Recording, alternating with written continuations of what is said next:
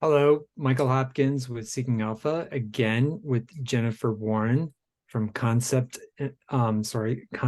Elemental. How are things? Good, good. It's another warm, muggy day here in October. Yeah. So, yeah, So, surviving it. again, focusing on energy, macroeconomics, geopolitics. You just had a trip up to the Northwest, up to Montana, and you presented a keynote about energy and geopolitics at the University of Montana and the World Affairs Council. Maybe talk a little bit about that and what were some of the takeaways, big picture point of view, what kind of things were discussed at the big gathering? Yeah, so this was a conference on, it was hosted by the Central and Southwest Asian Studies Center, and that part of the world is connected to, you know, Russia, China, the Middle East, Europe by definition. So it's in the middle of so many regions that are in the news, so to speak, of late. And so it was very timely to be there, and there were absolutely foremost experts on the Middle East and the region, and so that was really educational. And I talked about energy and geopolitics largely from the point of view of having chronicled all the shale booms and busts and what it means in terms of geopolitics. And then it was also notable that at this time, what's happening, there's a lot of obviously geopolitical conflict right now, which is really ramping up markets. One takeaway from my presentation was just that US oil and gas production is kind of looking like a bit of a safe harbor in some respects. It's a positive, and I think that message came through. And also just the idea that physics is also driving this energy transition a lot more than people would like to think, but it's kind of the truth. And that was sort of also my other takeaway from the conference. And just that energy production globally is really of net benefit to societies. It's a source of economic development, and it's a positive story. It's a good news story at a time when there's a lot of really tough challenges, and hopefully these conflicts can end. And because there's going to be economies to rebuild, and energy is going to be at the core of this as well. So that's kind of some of my high level takeaways from the conference. And so I saw the videos and some of the presentations. It seemed like it was, a fun gathering, but also very informative. Good panelists. I think you had a good discussion as well, too. yeah, definitely. And also I had a nice conversation with former governor of Montana, Schweitzer, and Yeah. we kind of had a discussion, a dialogue about energy and answering questions and things like that. So it was really good context for sure.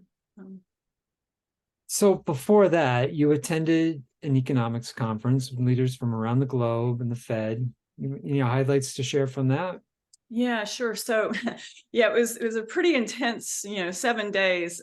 This conference, it was the National Association of Business Economists, and it was a gathering of economists from around the world and economists from all the major universities, and Bloomberg was there, and top economists. Actually, I sat next to one of the former top chief economists of the EIA, which is our energy watchdog. And there was somebody from the Embassy of Australia, and it was really pretty amazing. And a few Fed presidents, as well as one Fed Board of Governors presentation that I found I was really struck by his presentation. The message that he delivered was just that we're doing all this. We're trying to smooth this economy out, and they're having to do it with interest rate increases that have had to happen for all kinds of reasons that we know and we won't go into. But the whole idea is shared prosperity. Again, that same message. This is the end game of it all, and it's a really complex task to get there. And it's a tough job they have, and I know they're under constant criticism and scrutiny and analysis, and I get it, completely. I used to do the same, and I still watch quite a bit. The other thing that was, and kind of one of the takeaways was just that, this continued restrictive policy stance, but at the same time, really trying to monitor, current developments. Of course, there's, backwards looking data. And I know that there was a, kind of a criticism about their approach. I read today by a leading thinker, that they're too backward looking. They need to be more forward looking and all that. But honestly, from sitting there with them and listening to what they're looking at too, they're about as forward looking as anyone could be, who has the crystal ball, right? So, so that was sort of my takeaway. So I would say I left that feeling confident, confident in the leadership. And then the other thing is I sat in on 2 panels. One was on this, supply chains and all this idea of reindustrialization, things that you and I have been talking about. We talked about it at the end of 2022, my after the Fed work, and then we talked about it at the beginning, the first quarter, in videos and articles on supply chains and chips and all this change that's happening. And it's also, of course, driving a lot in tech, as we know.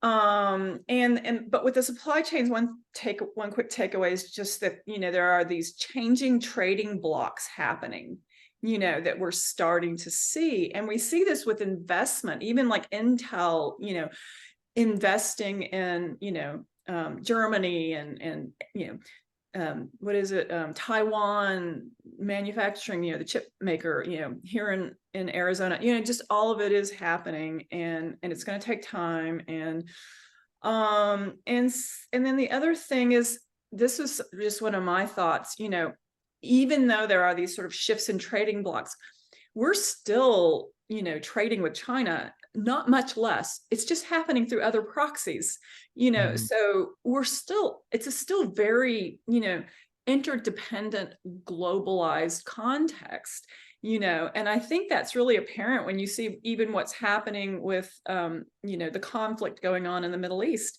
No matter how you skin that cat, we're interconnected, and our markets are interconnected, and everyone's invested in everyone else, that sort of thing. And there are all these legacy relationships, and there's some shifts and some new relationships, and some of it we're seeing in energy with our energy trade, even with LNG and all that. And so it's just, it's going to be something to continue to watch. This is not going to move fast, no matter what we hear, announcements and things like that. It's just going to take, it's all going to take time to see what shakes ultimately. But I can say, that the North American trading bloc is quite robust and it's positive. I even heard that from, some economists comments, and that's all. It's kind of obvious, if you look at it through the energy lens, it's absolutely obvious. And we've been talking about that. I've been talking about that since the last quarter of last year. Just this really national treasure that we have. But I think that is it on that. Did you have any more questions before we look at a few slides that are kind of representative of some of the things we're talking about? No, I think we should jump into the slides. Okay, let's do this. Okay,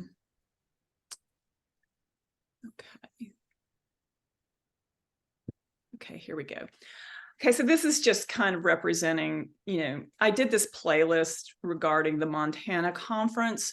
I have this takeaway video just kind of discussing all the hard stuff, and then and some of my things I heard, then also just trying to, think of a positive way forward. My particular keynote is this Chronicles in Energy and Geopolitics. The one under me is a really good, the US, China, Israel, New World Order, the Middle East is a really good panel on everything that's pretty much going on. And then the last one is I think that's the one where I had the dialogue with the governor. Anyway, it's all on my site. It's all in a playlist as well. But now I want to talk about, so this is just looking at oil futures. And I was looking at this from a 1 month view as captured by last week, because I didn't want to warp anything with today's news per se. And then just showing, and it's the S&P in this, and this is just showing, if you look at, I can't use my pointer with this slide thing. Here, October 5th, the 7th, you see, oil prices go up like 4%. They stay up, they come down because we're not sure what's happening. They go back up. And now, as you can see, they're ratcheted, they've come up, and, everything's been kind of drugged down by what's happening, and this is the last 5 days. And as we see, oil prices have come down a little bit, S&P as well. And some of that's driven by just the idea that, all this conflict, all this volatility, all this uncertainty could, start dinging global demand. That remains to be seen. Jury's out. This is just showing what's going on with oil supply, which is also a big driver of, and we can't see the tightness. Hang on, let me just try to do this a little bit smaller, maybe in a different view. Now I can use my pointer.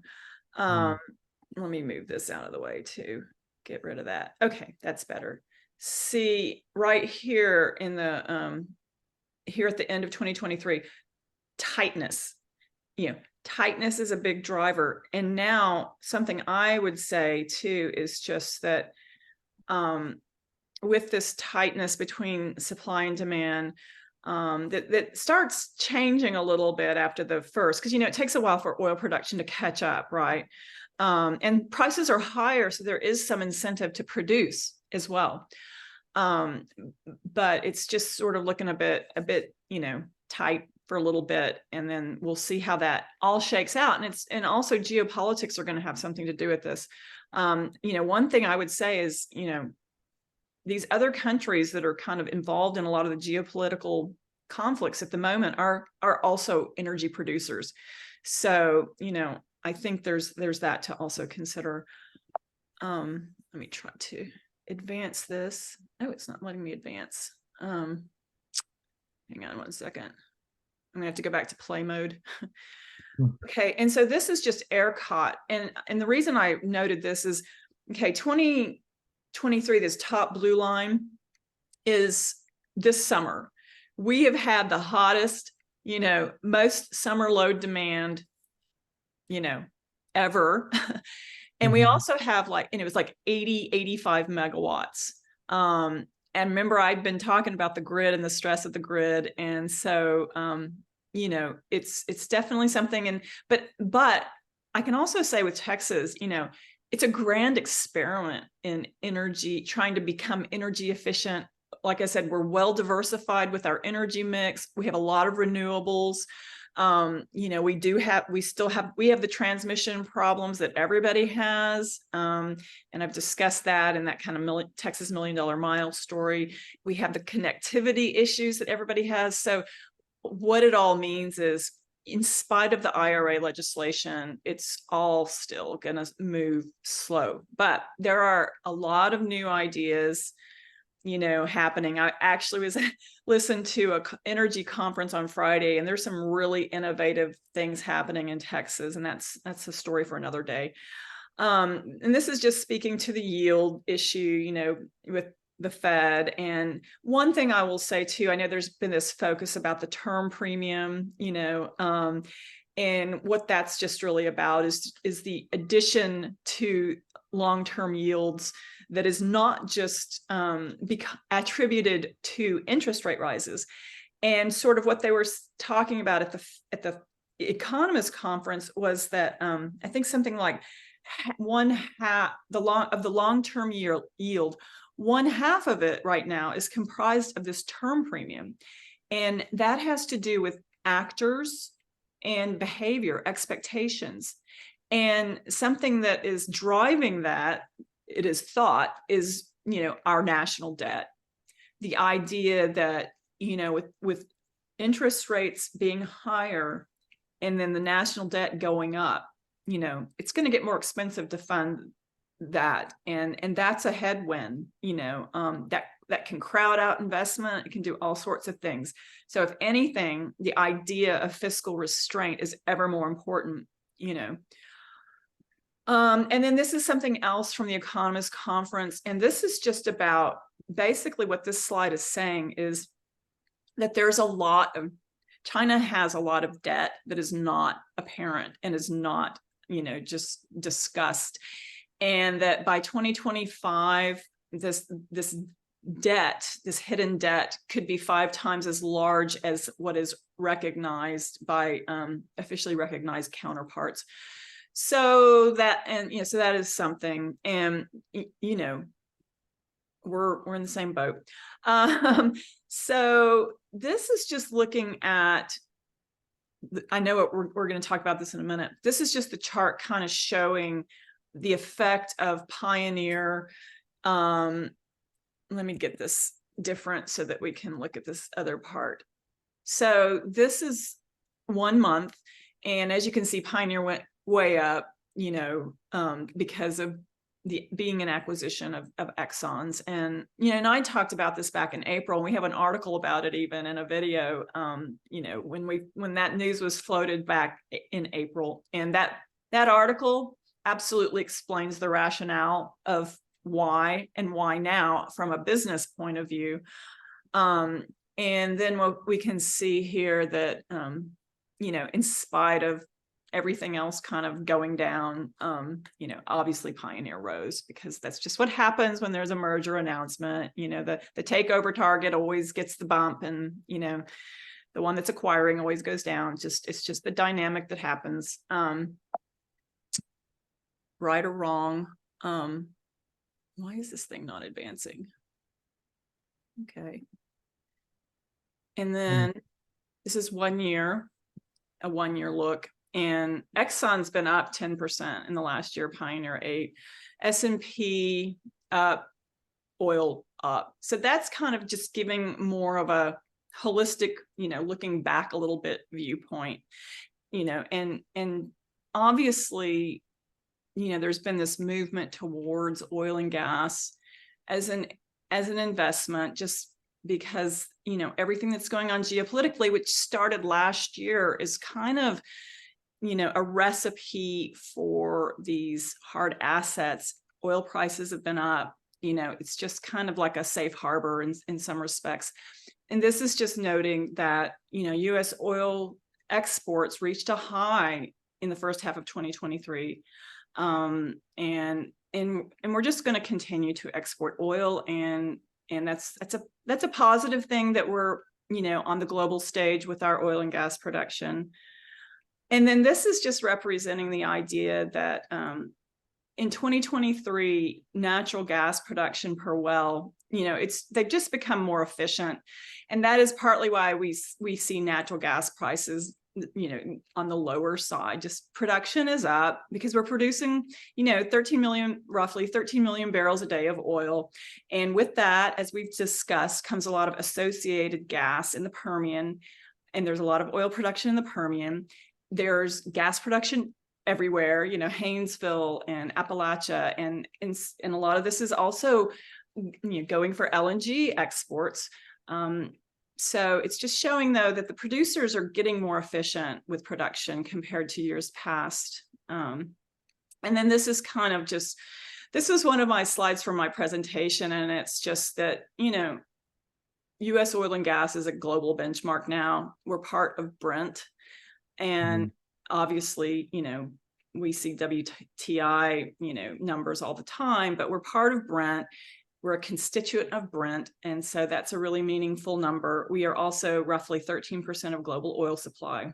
And then this is my last slide. This is just showing, this is over the last handful of days, 5 days. And what it's showing is the effect of, so CO1, the orange is WTI, CO1 is Brent. And it's up, of course, because of global turmoil, but also, I mean, they're kind of tracking each other. It's always up generally, just the spread, just because of the transportation costs.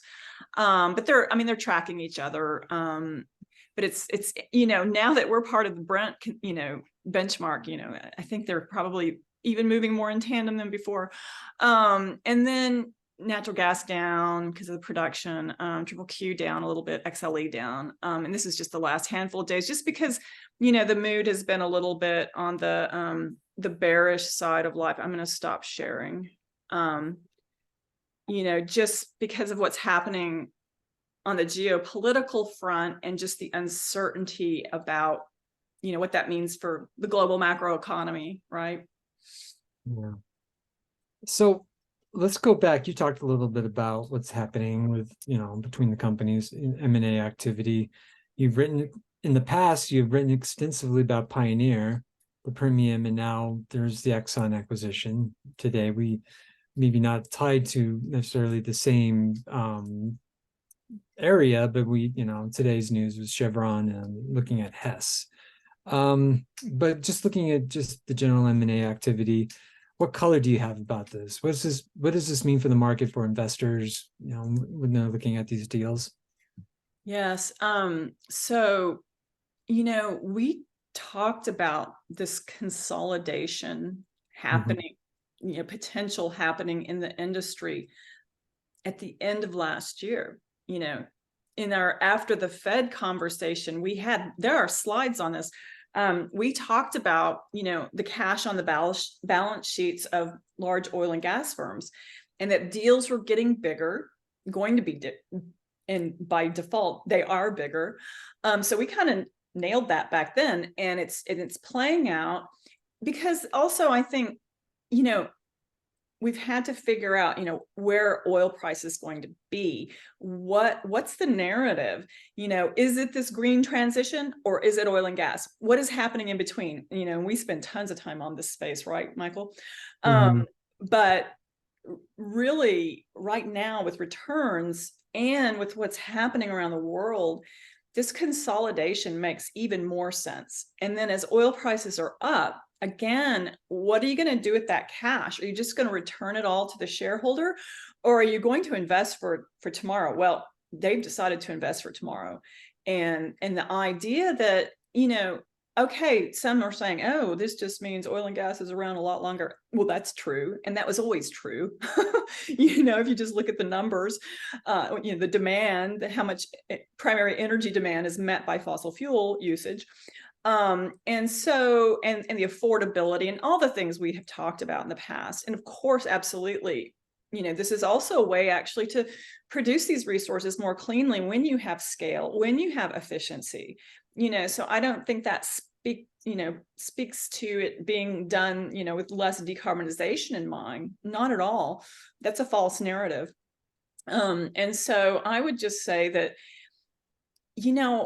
the idea that Exxon and Chevron are now making these major, let's just call it $60 billion acquisitions respectively, because that's what they are.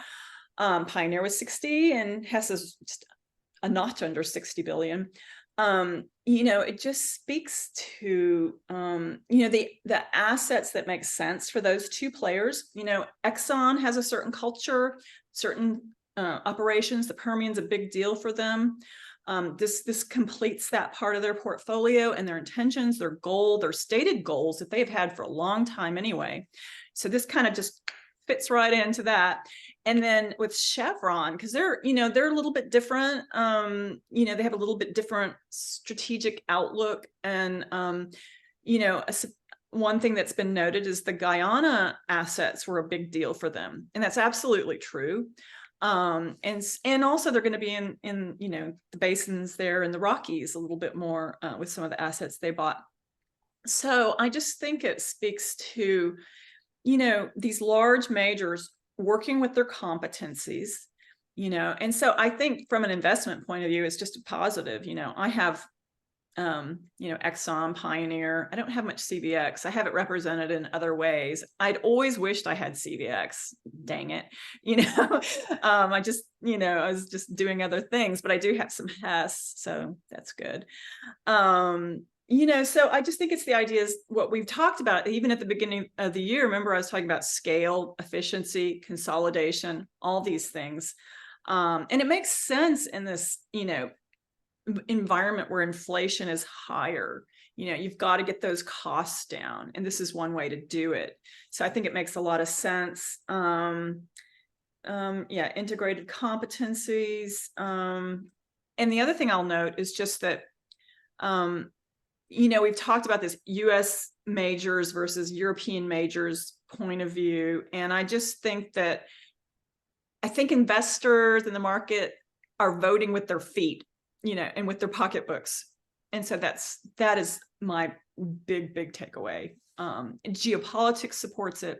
Long-term economic growth and development supports it.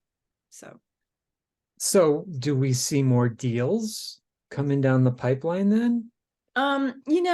We probably, I imagine it's going to be happening all in the underbrush, for sure. Yeah. So. And I guess the other takeaway that I get, and tell me if I'm wrong about this, but it's not necessarily taking production out of operation. I mean, this is just, it seems like it's just the companies are looking at these assets, and it just makes sense for them, for both companies and for investors to have these deals done. Yeah, no, absolutely. I mean, it makes a lot of sense. Like I said, with this kind of, everything that has happened in the last year on the geopolitical front, which absolutely intersects with energy, I think it really speaks to the environment that we're in and the outlook ahead. And that, just that US oil and gas, it's a good bet. Right. It's a positive development. And it makes sense that there's consolidation because, we are going to produce more efficiently in the future, hydrocarbons. We are going to produce them more cleanly. And in fact, in these tie-ups, I think it's going to actually bode well for innovation in the future, as well. So I think it's a positive all around, So you have your Dallas Energy Awards event and the feature coming out at the end of the month, I think October 25th or 26th. I think I asked this question last time. You didn't want to share any details, but maybe you got something you could share about all what's going on right now. Sure, I can share some. The actual print comes out Wednesday night. And then online, I don't know that they're going to have it online. They might have it online right away. Yeah.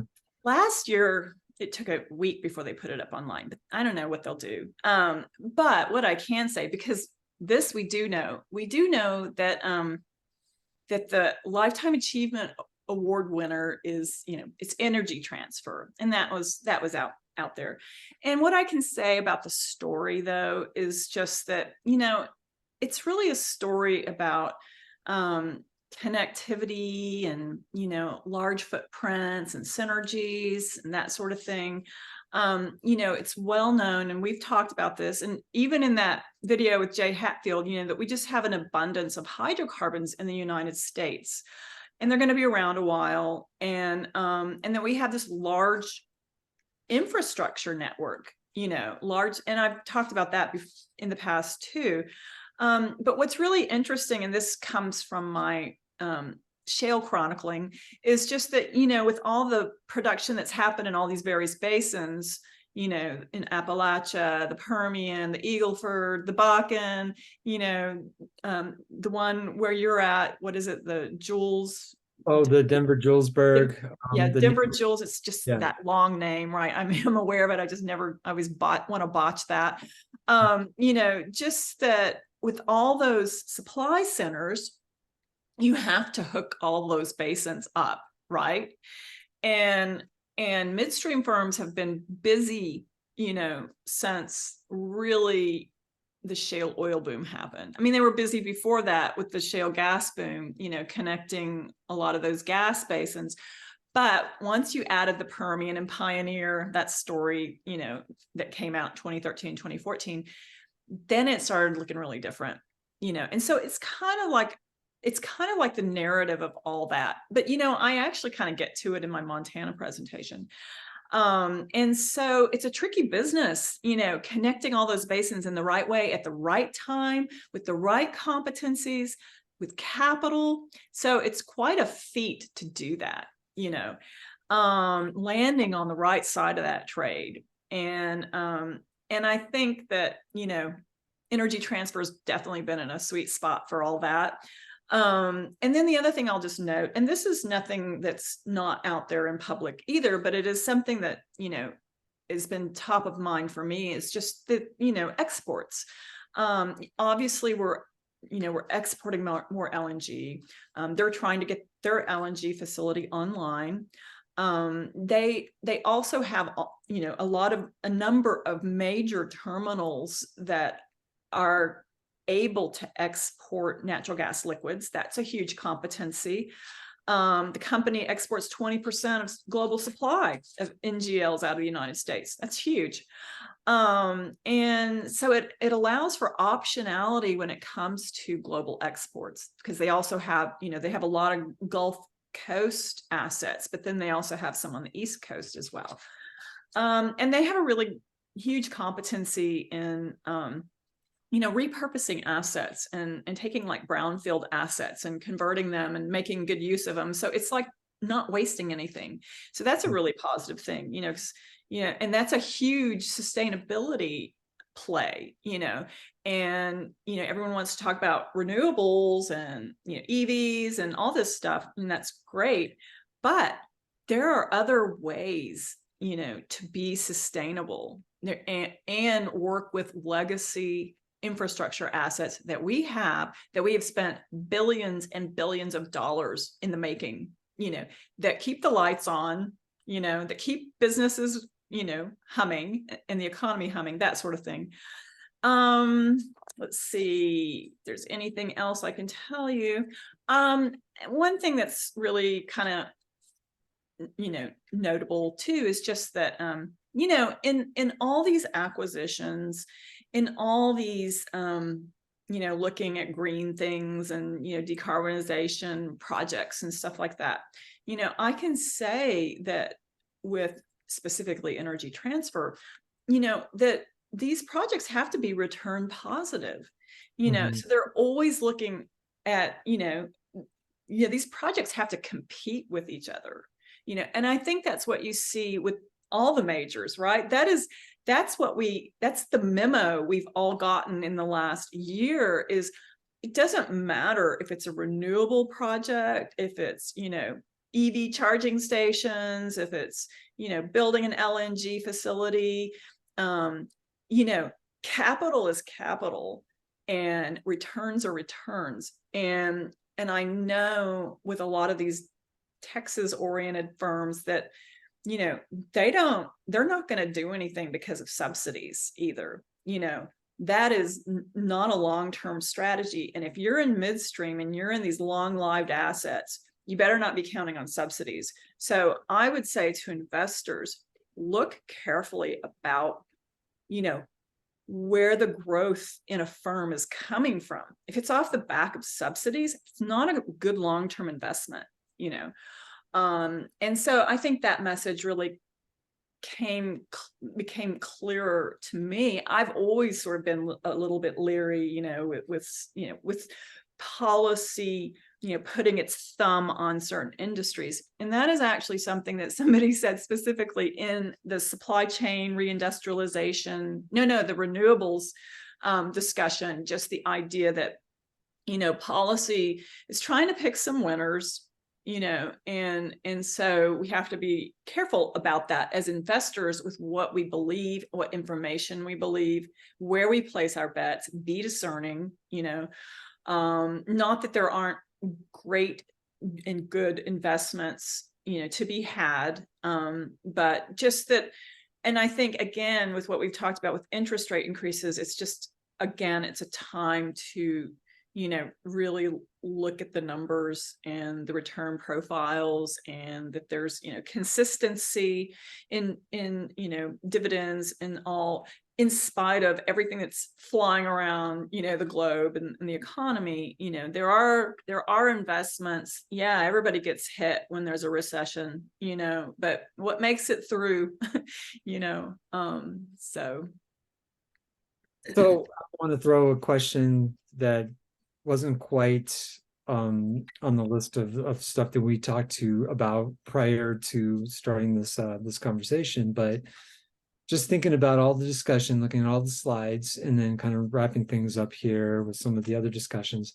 Is exports, I mean, this is becoming like an important story, it sounds like, or it's already an important story, but does this become the story then for energy markets, not only through the end of the year, but maybe 2024 as well? Or one of the stories? Yeah, I think it's a part of the story, right? It's not the whole story. It's an important part of the story in looking at specific companies. What are they able to export that has a decent growth trajectory ahead? And we know energy is positive, right? It's needed. But okay, well, will there be more shifts to energy trade routes? I mean, we've already had a huge shift once, what happened with Russia invading Ukraine. We know that Europe, stopped using, has been weaning off and stopping using Russian pipeline gas. There's still LNG floating around, but we have been exporting a lot more. I think the projection is, and I think we talked about this a couple of videos ago, just that I think we were exporting, like in the summers, like 13 BCF a day, and it's projected in the next number of years to go up to maybe 30. So that's growth. That's consistent growth. It's a projection. It's a scenario. Same with natural gas liquids, ethane, propane, all that. Crude, yes. But, there's a lot of different players in that space, right? And different assets. So there's a lot of nuance to the various firms as to who can do what. Not everybody can do it. So that's one thing. So I'd say be nuanced about it. It is a theme, but you better understand your numbers and how things are moving around, So, and that's why it makes sense, from a, just to, again, look at the production, look at who different players like Fang in the Permian, really great Permian player, who's solid, who's got solid production, that's got, room to run in the future, that kind of thing as well. So I don't know if I fully answered your question, but no, I think that's a good way of looking at I mean, it's a big, it's part of the bigger, much bigger picture of what's going on. Well, it's just like AI. I mean, think about AI. I mean, when we had the AI day, right before Memorial Day, everyone was like, oh, AI, every tech company involved is going to benefit from AI. Woo, let's watch the triple Q go way up. And it did. But now it's coming back down to earth. Like, okay, who can really leverage enterprise AI? What aspect of AI? Everyone's hitched their wagon to the marketing idea of AI, but certain firms can pull it off better than others. It's the same thinking, same in energy, same dynamic. You have to dig a little bit. Sure. That's all I got, unless you want something to add here. I guess we just look forward to what happens with the energy awards, the Dallas Energy Awards. Yeah, and we can talk again, because I'm also going to I'm going to be at a Fed energy conference like in the first week of November. So maybe we tie up, all that together and have a really deep energy discussion in the future or something. But Absolutely. well, thanks for having me, Michael. Again, I appreciate the time. Very insightful. I'm looking forward to what happens next. Me too.